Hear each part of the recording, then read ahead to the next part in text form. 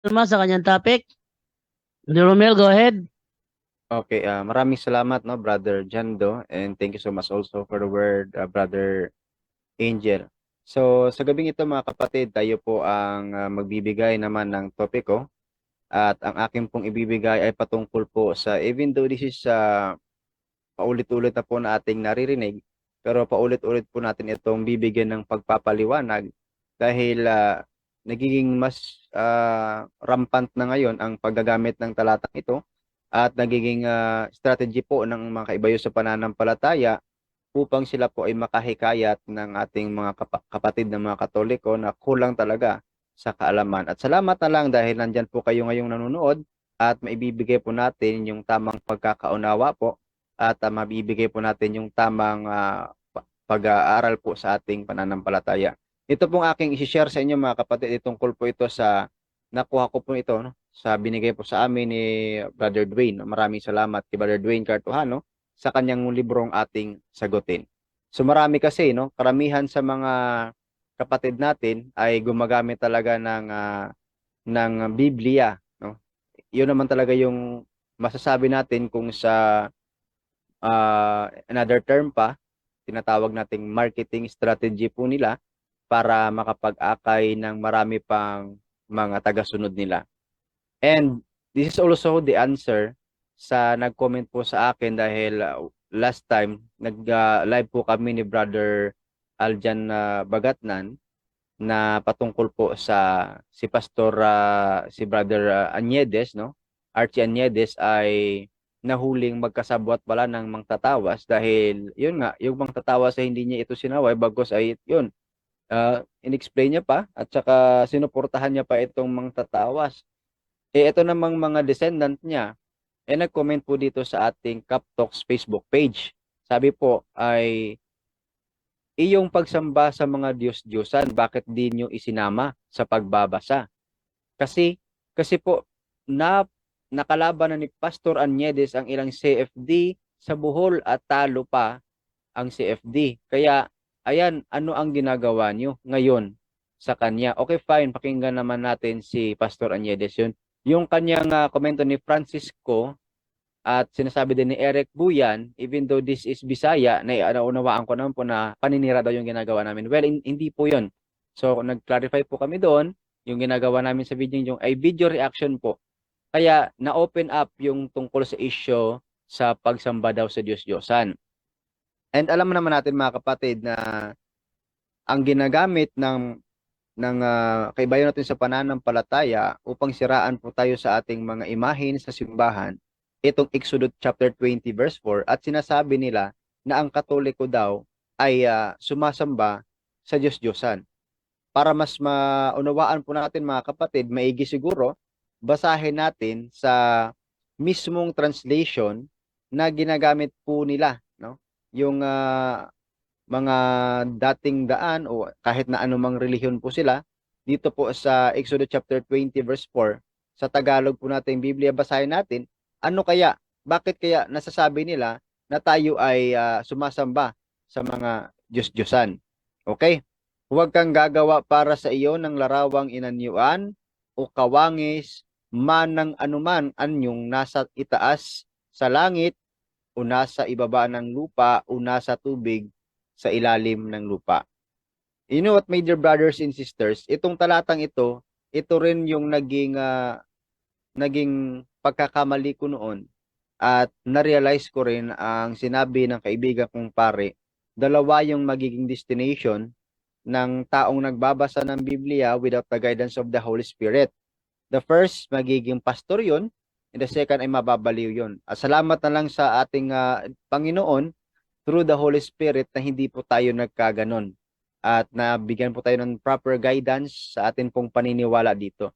Dahil ako po ay nakapag-argue din sa isa kong kaibigang katikista at tinanong ko siya, binagbabawal pala ang pagpagawa ng mga rebulto at larawan, bakit tayong makatoliko meron tayo nito? And I am not satisfied sa sinagot sa akin dahil sabi lang, representasyon lang naman yan, even do tama. Pero mga kapatid, hindi siya sumapat. Kumbaga, during that time, naghahanap ako ng supporting verse.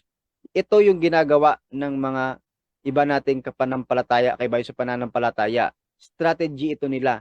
Kapag ang isang tao ay uhaw na uhaw sa salita ng Diyos, dito sila gagamit, no? Kapag mahilig sa pagbabasa ng Biblia ang isang tao, and then yung nagbabasa ay without the guidance of the Holy Spirit, nako talaga, delikadong delikado. Pero kung babasahin pala natin mga kapatid ito with the context, no? Kasi dapat hindi puputulin ang pagkakaunawa sa pagbabasa.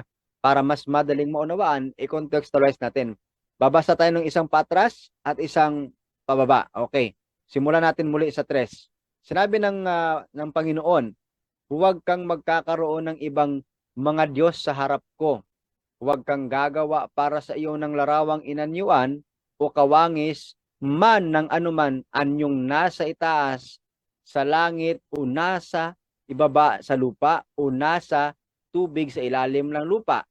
Huwag mong yuyukaran sila o paglilingkuran man sila, sapagkat akong Panginoon mong Diyos ay Diyos na mapanibughuin, na aking dinadalaw ang katampalasan ng mga magulang sa mga anak hanggang sa 3 at 4 na salin ng lahi ng mga napupuot sa akin.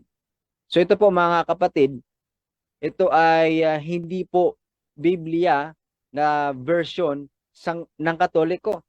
Version po ito ng Protestante na binasa po natin, na kung atin pong babasahin, huwag kang magkakaroon ng ibang mga Diyos sa harap ko.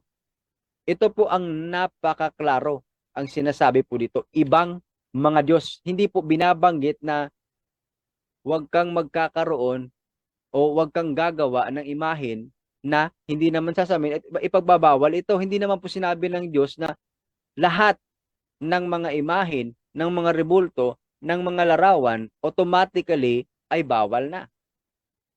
Maling-mali ang konseptong yan.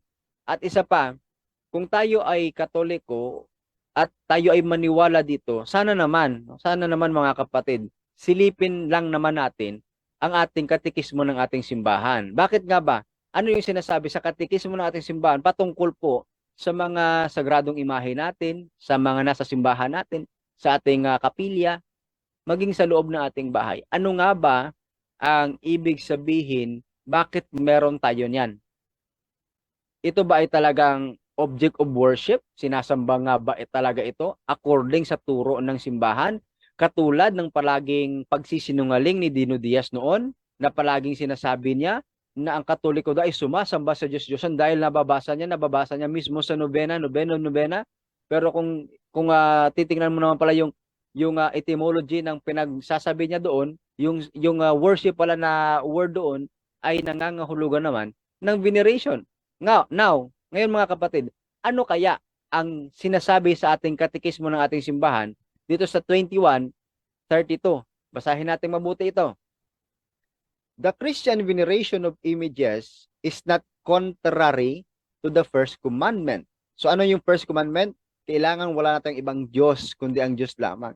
It is not contrary. Klarong-klaro po dito mga kapatid. Hindi ito against, hindi ito contrary, hindi ito nagsasabi na binabangga ang ang first commandment nitong ating mga imahen na ating venerate, no?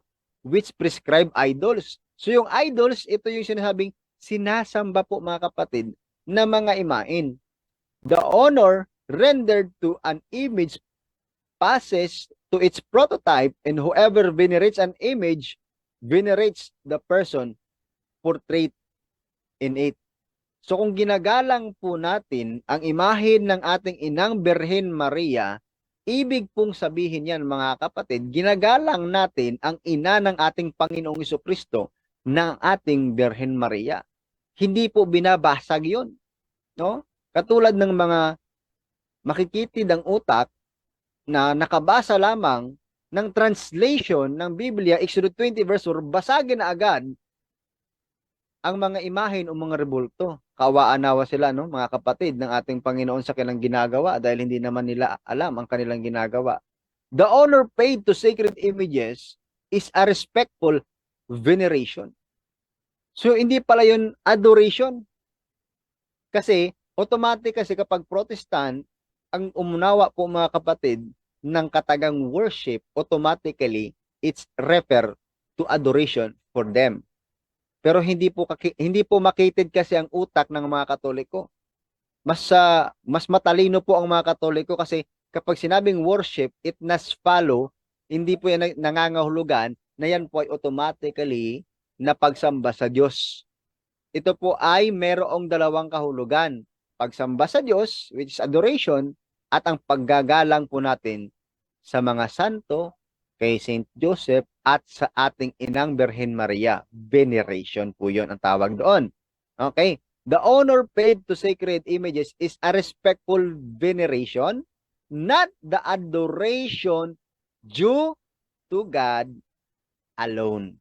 Eto pa, kapag daw ang mga Katoliko ay sumasamba sa loob mismo ng kanilang simbahan, sa loob ng kapilya, maraming mga imahin doon, automatically ang mga Katolikong yun ay sinasamba ang lahat ng mga imahin nandoon. Nako, mali naman yan mga kapatid. Okay, bakit po nasasabi nating mali? According po dito sa karugtong ng 2132 na Catechism of the Catholic Church, religious worship is not directed to images in themselves. Wow, klaro pala yon. So, ibig sabihin pala, kapag meron ka dyang imaheng nakalagay sa iyong altar, Santo Cristo, imahe ng Panginoong Kristo na nakapako sa krus, ibig sabihin pala niyan mga kapatid, you are not praying like this. Ama naming nasa rebulto ka. Hindi ganoon. But we address our prayer to God. We don't worship that image. Okay? Religious worship is not directed to images in themselves. Okay? Considered as mere things, but under their distinctive aspect as image leading us on to God incarnate. So yan dinadala lang tayo ng imaheng nakikita natin, katulad lamang ng imahe ng Santo Cristo, na merong Diyos na nagkatawang tao.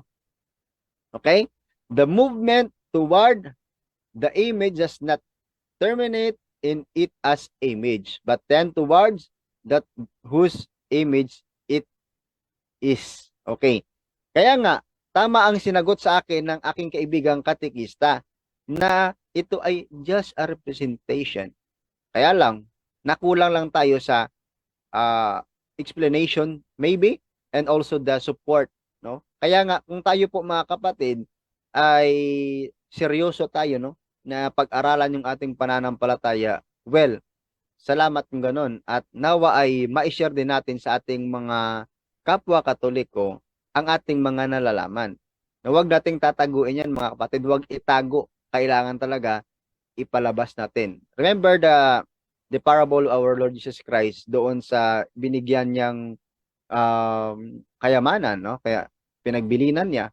Some of them ay merong isa na inilibing sa lupa dahil sa takot. Pero yun ang pinaka bad things happen. So dapat pinapalago. Kung meron tayong kaalaman mga kapatid, ipalaguin natin, kailangan depensahan talaga natin yung ating simbahan. Huwag tayong matatakot. 1285 ng Catechism of the Catholic Church, defend our faith by word and deed. Okay, so proceed po tayo. Itong palaging sinasabi, palagi po binabato sa atin na tayong mga Katoliko daw ay sumasamba sa mga rebulto at mga imahen dahil kapag nananalangin tayo na meron talagang mga ganoon. Okay, in-explain na natin mga kapatid na magkaiba yung adoration sa veneration. And some of our brother and sister in the other religion, no, keep on using sa mga references na, nako, exaggerated talaga. Binago talaga yung mga kahulugan doon at binago pa yung mga kataga doon. Katulad ng palagi nating napapakinggan ito, no, na ginagamit din ito sa INC, no? Yung sinasabi nila na meron daw particular na nasusulat o mababasa, no, sa ating katekismo, sinabi mismo, pagbangon mo sa banig, ay agad kang manikluhod sa harap ng isang krus o isang mahal na larawan. Kung manikluhod ka sa tapat ng altar, magwika ka ng ganito, sinasamba kita. Ngayon, may mga mahinang Katoliko, nakita, o ito, basahin mo, nakasulat dito. And well, magbibigay ng conclusion. O nga, ano, tama naman yung nakasulat yan. At kalaunan, na-convert na. At siya na mismo, nagbabasag na ng mga rebulto ng mga imahen ng simbahan without knowing kung ano talaga ang katotohanan doon. No? Without further investigation, naniwala na siya. Wala pong pagkakaiba yan sa pagiging marites. Kapag ikaw ay sinabihan ng iyong kapwa marites na ganito ang nangyari, agad kang maniniwala na hindi mo tinatanong si kumare mo kung totoo nga ba yon. Okay. So, ang mga kapatid, ang katotohanan pala niyan, dito sa pagsasaliksik ni Brother Dwayne sa kanya pong librong ito, ganito pa yung nasusulat. Sa pagbangon mo sa banig, ay agad kang manikluhod sa harap ng isang krus o isang mahal na larawan. Magyaring mag-antanda ka muna. So, mag-sign of the cross. Ginagawa natin yan. Luluhod tayo sa harap ng isang banal na larawan at magsa-sign of the cross. Okay. At saka magdasal ka ng tatlong ama namin sa Santissima Trinidad. Sa Diyos Ama ay hihingi ka ng pananampalataya, katekismo na pinagpalamnan ng mga pangadji at maikling kasaysayan na dapat pag-aralan ng taong Kristiyano. Ito ay makikita sa pahina 96. So sa pagsasaliksik ng ating mga kapatid, even though narinig ko rin ito kay Brother Wendell, at nakita natin ngayon dito, nahahawakan ko pa, no? Yung librong ito, wow! Kung makikinig pala tayo sa kanila, sa paninira nila sa atin, tapos meron naman silang hawak, para bang meron naman akong ebidensya, written evidence. At masasabi natin, oh, yan ay totoong ebidensya. Pero the fact is, mga kapatid, yan pala ay exaggerated yung kanyang paggagamit po ng kanyang ebidensya. So dapat maging mas maingat pa po tayo, mga kapatid, sa pagkikinig, no, sa kaibayo natin sa pananampalataya. At maging mas maingat talaga tayo sa isyung ito. Kasi ito lang yung ito nga, merong saying nga dito, no, ang protestanting nagigipit ay sa rebulto kumakapit. Ito yung palagi nilang pinupuntahan. Kayong mga Katoliko, ganito kayo, mga idol worshipper kayo. No? Kayong mga Katoliko ay hindi talaga kayo titigil na sa pagsasamba nyo sa Diyos-Diyosan. Ito yung palagi kong nakikita po, mga kapatid, sa comment section po natin when times na nagla-live po tayo. Okay, totoo nga ba yun? Halatang-halata naman na nagkukot po sila ng mga referensya nila at binabago lang yung talagang nakasulat. The book really exists, but the content doesn't, no? Ang libro ay talagang totoo. Ngunit ang nilalaman nito ay hindi na pala. Kaya nga, tama din yung saying, mga kapatid, do not judge the book by its cover. Yung palagi kong idinugdugtong dyan, read it first. No? Read it first. Pag binasa mo yan, huwag kang maniwala agad. No? Investigate. Investigate kasi pwedeng pikiin. Pwedeng mapeke ang ating mga binabasa. No? Internet, marami na ngayon mababasa. Marami ding fake news. No? Merong mga books na ginagamit na as a reference. Bakit ganito ang nakasulat dito? Reference ito. Parehas lang naman na reference natin, parehas book. Bakit dito hindi na? Dahil binago na yung content. Katulad ng paggagawa po ng mga libro ng kaibayo natin sa pananampalataya, no? Gumagamit sila ng libro at saka yung librong yan ay hindi naman pala yung totoong nilalaman. Okay? Sinabi pa dito sa pagbabasa po natin, no? But we know that worship would mean latria, dulia, and hyperdulia in reference to the object right. Since we are talking about saints, it means dulia. Ito po mga kapatid, ang palagi nating sinasabi na hindi tayo dapat na magbase lamang sa nababasa. Kailangan talaga pag-aralan natin. Pag nakabasa tayo ng isang novena na nakasabi dyan na merong word na worship, ang maiging gawin natin, puntahan natin yung etymology, yung pinagmulan talaga. Paanong ginawang worship ito? Sa katekismo natin, hindi natin sinasamba, pero dito sinasamba na. Kaya, punta tayo sa pinagmulan. Ito according sa pinagmulan, no, ng katagang worship, hindi lang pala yan refers only to adoration, but also to veneration. Okay. Ang ibig sabihin ng ginamit na salitang worship sa Catechism of Christian Doctrine, ibig sabihin ay nakasulat veneration o paggalang at hindi ang sinasabi nating adoration o pagsamba na ukol lamang sa tunay na Diyos. So klarong-klaro po yan mga kapatid. Na kaya kung magbabasa tayo ng Biblia, i-contextualize po natin. Huwag nating puputulin. Okay? Dahil karamihan talaga na mga Katolik karamihan talaga ng mga Katoliko ay mahilig magbasa. Katulad sa akin noon, wala akong sariling Biblia at when times na gusto kong sumaliksik ay pumupunta pa talaga ako sa loob ng simbahan at alam ko kung saan nakalagay doon yung Biblia para magbasa lamang. And thanks God na ngayon merong mga mabubuting loob na mga kapatid natin nagbibigay ng ating babasahin at yun, nakakapag-aral po tayo mga kapatid.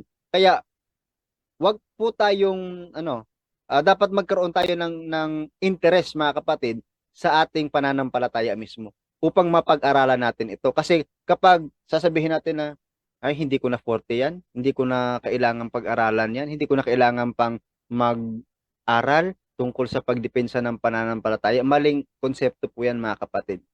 Dahil not all the time ay merong CFD na kasama mo. Not all the time merong may alam how to defend the Catholic faith na kasama mo. May mga time talaga darating sa ating buhay na tayo ay mag-iisa na lamang at haharap tayo sa napakaraming pagsubok sa buhay, especially itong test of faith, no? Talagang susubukin yung pananampalataya natin.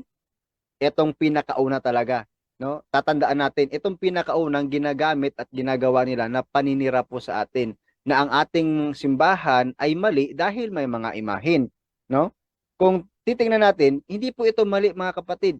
Kasi kung magiging mali po ang konteksto ng ating simbahan tungkol po sa mga imahin, lalabas niyan, unang-una ang nagkamali ang Panginoon pala. Kasi according sa claim nila, mali ang pagpapagawa ng rebulto at imahin, bakit ang Diyos mismo nagpagawa pa? Bakit kukontrahin ng Diyos mismo ang kanyang sinabi na mali? Sinabi niya sa Exodus 25 verses 18 to 20, at gagawa ka ng 2 kerubing ginto. Take note mga kapatid, sa Exodus chapter 20 verse 4 kanina, ang pinagbabawal, imahing nasa langit, nasa lupa, at nasa ilalim ng lupa. Okay? Walang exemption yon. So, lahat ng imahing nasa langit, nasa lupa, at nasa ilalim ng lupa. Nasa langit, imahe ng kerubing, pinagawa mismo ng Panginoon. Nayari sa ginto. Yan. Nayari sa pamukpok, iyong gagawin ang 2 dulo ng luklukan ng awa at gawin mo ang isang kerubin sa isang dulo at ang isang kerubin sa kabilang dulo. Kaputol ng luklukan ng awa, gagawin mo ang mga kerubin sa 2 dulo niyaon. At ibubuka ng mga kerubin ang kanilang pakpak na paitaas na nililima ng luklukan ng awa ng kanilang mga pakpak na ang kanilang mukha ay nagkakaharap sa dakong luklukan ng awa. Ihaharap ang mga mukha ng mga cherubim. Mga kapatid, kung ipinagbabawal po ng Diyos ang pagpapagawa ng imahen sa ano no, sa taas, no, sa kahit no, imahe ng mga anghel, bakit nagpagawa siya? At kung ipinagbabawal naman ng Diyos ang pagpapagawa ng imaheng nasa lupa, bakit ang Diyos mismo nagpagawa ng imaheng nasa lupa at ang imaheng ito ay naging object of healing? Ito po, pakinggan po natin mga kapatid ang Leviticus 21 verse 8. Babbanalin mo nga siya sapagkat siya ang naghahandog. Okay, sandali. Ilagay natin sa isang translation.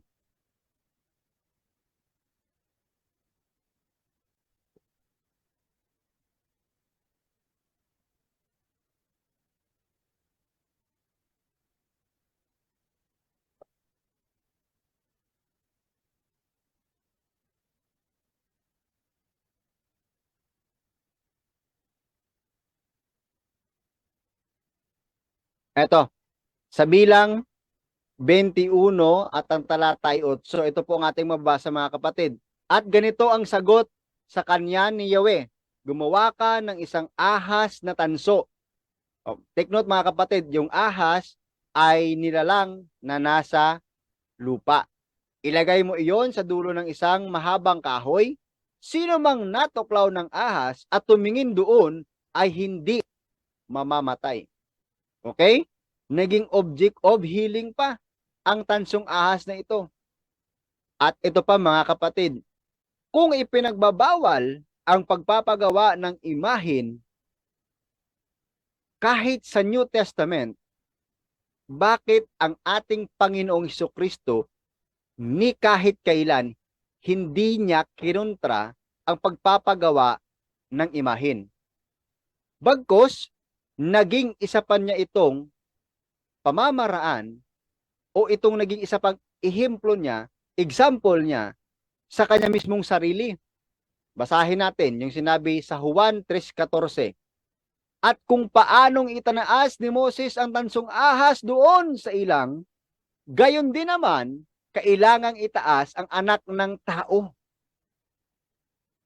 Kung mali ang pagpagawa ng tansong ahas ni Moses, bakit ginawa pa itong ehemplo o example ni Jesus Christ? Kung mali sana sinabi ng Panginoon, huwag kayong magpagawa ng tansong ahas, mali yun. Pero yun pa mga kapatid, ang ginawa niyang example. Bakit nga ba? Ito ay dahil mga kapatid, hindi naman talaga bawal ang pagpapagawa ng imahen. Ano nga ba ang bawal? Ang klarong bawal po mga kapatid, ang pagsamba. Kung ikaw ay merong hinahawakan ngayon, kung ikaw ay merong katabi ngayon, kung ikaw ay merong kaharap ngayon, at yan ay sinasamba mo, idolatry po yun. Kahit tao, sasambahin mo, idolatry po yun mga kapatid. Pero, kung ikaw ay merong imahin sa'yo, at hindi mo naman ito sinasamba, no? Hindi mo naman ito sinasabing ito ang aking Diyos na nagligtas sa akin, katulad ng ginawa ng mga Israelite during the time of Moses, na sinabi nila sa tansong sa golden cow, na yung golden cow na yun talaga yung nagligtas sa kanila. Yun yung idolatry mga kapatid. That's the definition of idolatry. Sinasamba. May mga argumento yung ating kaibayo sa pananampalataya na nagsasabi, okay, granting na hindi kayo sumasamba o hindi sa harap ng imahen. Okay. Bakit hindi nyo nalang kunin yan kapag kayo ay nananalangin? Hindi nyo naman yan sinasamba. Yan yung mga arguments ng ating mga kaibayo sa pananampalataya. Ibabalik natin sa kanila, bakit naman hindi sinabi ng Panginoong Hesukristo na Mali yung tansong ahas na pinagawa ni Moses. Wag ganun. Mali yun. Bakit niya hindi dinisregard? Bakit ginawa pa niyang example yun? Kung nagbabasa talaga yung ating kaibayo sa pananampalataya ng Biblia, isa na nakikita nila yung katotohanan ito. Kaya lang, no, alam naman natin mga kapatid, na kapag ang tao tumanggap sa katotohanan, ang taong yan, panigurado ay talagang lalaya. Pero kung ang tao ay hindi tatanggap sa katotohanan, sinabi kasi ng Panginoon, makikilala ninyo ang katotohanan at ang katotohanan ang magpapalaya sa inyo. Sa mga ayaw tanggapin ang totoo, dyan lang kayo sa kasinungalingan. Kaming mga Katoliko, gusto namin katotohanan ang ipapahayag po dito, kaya ang katotohanan ang aming tatanggapin. Ang simbahan ay mayroong katekismo. Ang katekismo ay nagtuturo na ang Katoliko ay hindi sumasamba sa Diyos-Diyosan. Ang katekismo ay nagtuturo na ang mga sagradong imahe ng simbahan, representasyon lamang, pagpapaalala lamang. Ito ay hindi po object of worship. Klarong-klaro, binasa natin kanina sa katekismo ng ating simbahan, hindi yun object of worship. Bagkus ito po ay veneration of the image. Sa Catechism of the Catholic Church 21:32. Kaya nga, kung tayo ay Katoliko at nagbabalak tayong lumipat sa kaibayo sa pananampalataya, ito yung advice ko. At ito rin ang tinanong ko sa nagsabi, I am 10 years in born again. I am 10 years in born again. Matagal na akong Katoliko at 10 years na ako ngayon sa born again. Isa lang yung katanungan ko sa kanya. Honest to goodness, sagutin mo ang aking tanong. Noong ikaw ba ay Katoliko pa, pinag-aralan mo ang pananampalataya mong Katoliko from start to end? What I mean to say, Catechism of the Catholic Church, unang-una, hindi sinasagot yung tanong ko. Hindi ko siya tinantanan. Hindi natapos yung aming pag-uusap hanggang sa sinagot niya ako. Hindi ko pinag-aralan yun. That's why, mga kapatid, upang hindi po tayo malinlang, mauto ng kaibayo natin sa pananampalataya at matanggap natin talaga ang tunay na kalayaan, tanggapin natin ang katotohanan. Ito ang turo ng simbahan, ito ang katotohanan. At ang simbahang ito, walang ibang nagtatag, kundi ang ating Panginoong Jesucristo. Promise niya, I will be with you forever until the end of the day, until the end of the world. Siya talaga, no, ang sumasama sa atin. Kaya nga, kahit mahirap man, kahit pagod ka na, you give time sa pag-aaral ng pananampalataya upang hindi tayo mapunta sa punto na sasabihin din natin, ay oo, no, tama, yung mga rebulto ng Katoliko, mali talaga yon. Kundi mapupunta po tayo mga kapatid sa punto, ay tama talaga ang turo ng Katoliko dahil sinasabi pala sa katekismo, hindi namin sinasamba ang rebulto at mga imahen. Sinasabi sa katekismo, walang pagsamba sa mga rebulto at imahen. Ibig sabihin pala yan na firm pala kaming Katoliko. Totoo pala to, kailangan merong mga sagradong imahen sa amin dahil ito ay, kung ginagalang namin ang sagradong imahen, ibig sabihin, ginagalang namin ang nirepresenta nito. Unang-una kay Mama Mary, kapag meron tayong imahe ng ating Inang Birhen Maria, ginagalang natin siya. Yung Santo Cristo, kapag meron tayo niyan, ibig sabihin, grabe talaga, ginagalang natin ang ating Panginoong Jesucristo na nakapako doon sa cross. And there's so many reflection in it kapag nakikita natin ang Santo Cristong yan. Pwera na lang sa mga wala. How do they reflect sa kamatayan at kasakit ng ating Panginoong Jesucristo na siyang nagligtas sa atin? Sana mga kapatid ay patuloy lang po kayo, no, sa pagsusubaybay at hanggang dito lang po muna ang akin pong topic. At pasensya na, wala akong PowerPoint presentation ngayon dahil hinahabol ko lang po kasi yung oras ko ngayon. At ito lang po. Kung gusto niyo pong makita yung aking na-present, ating sagutin po ni Brother Dwayne Cartuhano. Available naman po yan sa St. Paul. At mga kapatid, bago po ako makalimot, please suportahan niyo po ang PESMA Plus sa kanila pong YouTube channel. Merong Ebanghelyong Pagninilay at meron ding katikismo po dyan at meron ding apologetics topic dyan na may i-discuss po sa atin. Also support all the YouTube channel connected to the Punto por Punto. mga kapatid, wag po kayong magsawa no sa pagsasaliksik, wag po kayong magsawa sa pagsuporta din, at wag po kayong magsawa sa pagbabahagi ng ating nalalaman. Sa Diyos po ang lahat na kadakilaan, pagpapasalamat. Amen.